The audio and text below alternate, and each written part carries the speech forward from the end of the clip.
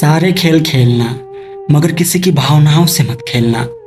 भावनाओं को समझने वाला अनपढ़ व्यक्ति भी दुनिया का सबसे समझदार व्यक्ति होता है। हाथ की लकीरों पर नहीं, बल्कि हाथ की लकीरें बनाने वाले पर भरोसा करो। कभी मत भूलना कि इंसान का सबसे बेहतरीन दोस्त ईश्वर होता है।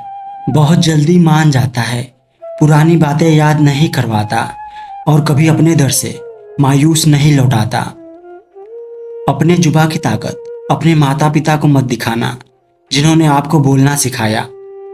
याद रखना कि औलाद के लिए माँ बाप वहाँ भी हाथ फैला लेते हैं जहाँ वो पाँव रखना भी गवारा नहीं करते। संभाल के रखी हुई चीज और गौर से सुनी हुई बात जिंदगी में कभी न कभी काम जरूर आती है। दुनिया को विज्ञान कितना भी विकसित और सुखद बना ले, लेकिन मानसिक शांति आज भी प्रकृति की गोद में ही मिलती है। पहली बार में मिला धोखा एक चेतावनी है, दूसरी बार में मिला धोखा एक सीख है, लेकिन तीसरी बार मिला धोखा आपके गलत फैसलों का परिणाम होता है। संसार को व्यवस्थित रखने के लिए थोड़ा सा भय आवश्यक है। मृत्यु का भय जीवन की रक्षा करता है, गलती का भय सही राह पर रखता है, बीमारी का भय स्वच्छता की ओर ले जाता है और दुख का भय आपको नेकी के मार्ग पर रखता है। अगर मुस्कुराहट के लिए ईश्वर का शुक्रिया अदा नहीं किया, तो आंखों में आए आंसुओं के लिए शिकायत का हक कैसा। दुनिया में दान जैसी कोई संपत्ति नहीं, अच्छे स्वास्थ्य जैसा कोई आभूषण नहीं और संतोष जैसा कोई सुख नहीं। उन गलतियों की कोई माफी नहीं होती जहां आप जानते हो कि क्या गलत है और क्या सही, पर आप जानते बुझते गलत का चुनाव करते हो। बड़े बनकर बातों को याद रखने से क्या हासिल, कभी छोटे बनकर बातों को भूलना भी सीखो।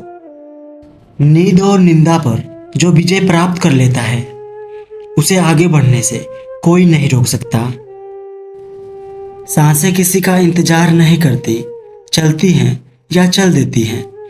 इसलिए चिंता उतना ही कीजिए कि काम हो जाए, उतनी नहीं कि जिंदगी तमाम हो जाए। अगर आपकी वजह से किसी की आंख में आंसू आते हैं, तो ध्यान रखना कि ये आंसू आगे चलकर आपकी आंखों में भी आएंगे। वक्त का पासा कभी भी बदल सकता है, इसलिए वही सितम करो जो तुम सह सको।